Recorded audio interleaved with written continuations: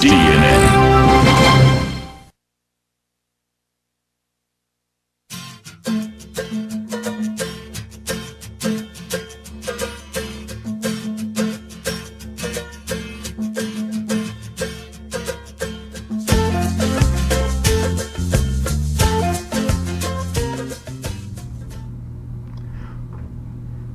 Welcome, 7th grade parents, to the first DNN Outdoor Education meeting. My name is John Schneller. I've been running the outdoor education program for 12 years at St. Peter and Paul. It's always been a great time for me, for the students, and for the chaperones. What I'd like to do today is to give you an overview of our outdoor ed time. Outdoor ed is going to be on April 18th, 19th, and 20th at the Estes Park Conference Center. Our day begins normally at 7 o'clock in the morning.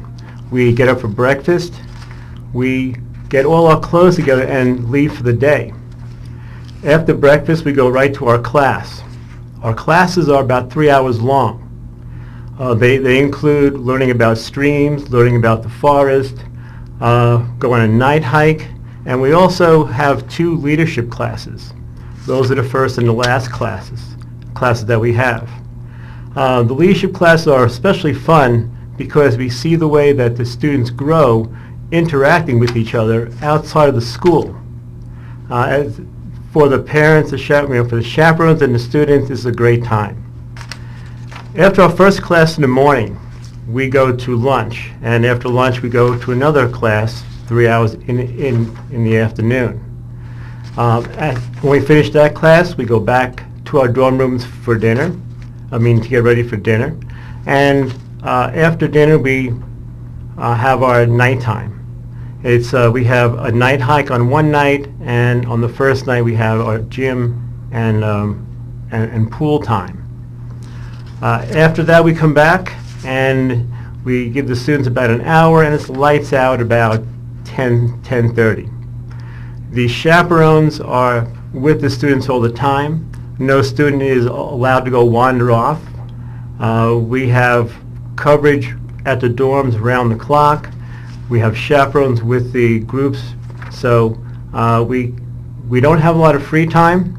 It's pretty jam-packed with everything, and we always have a good time. The rooms at Estes Park sleep about 4 or 5 students to a room.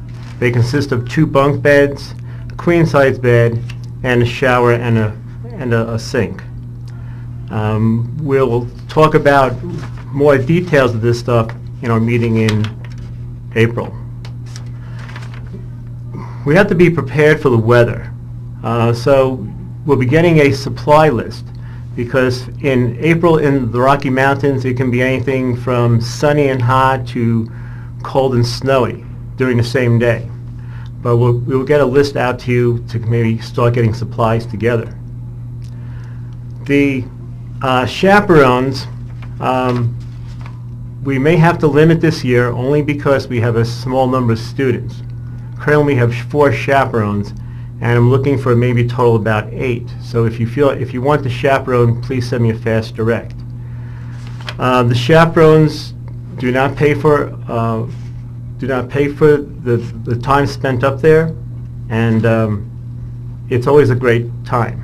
I've rarely, matter of fact, I've never denied any parent from being a chaperone, only because I know it is a special time to spend with your student. But due to the small number of students, I may have to limit chaperones. The forms I sent home, if you could fill those out as soon as possible.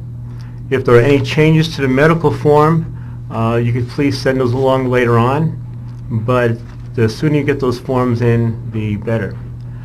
I will have a updated invoice going out in January that will update the list of chaperones, how much money is still owed, and which has subtracted the butter braid profit that's being collected today.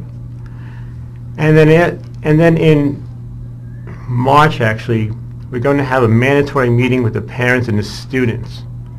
And we have that at the McMahon Center. And it's critical for both parents and the students to show up, because then everyone knows what is expected of them, and there's usually no questions about what to bring and what not to bring.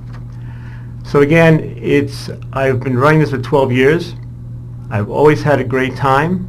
The students always have a good time, and I look forward to going. Thank you. Remember, always keep a smile on your face, your mind on your studies, and a prayer in your heart.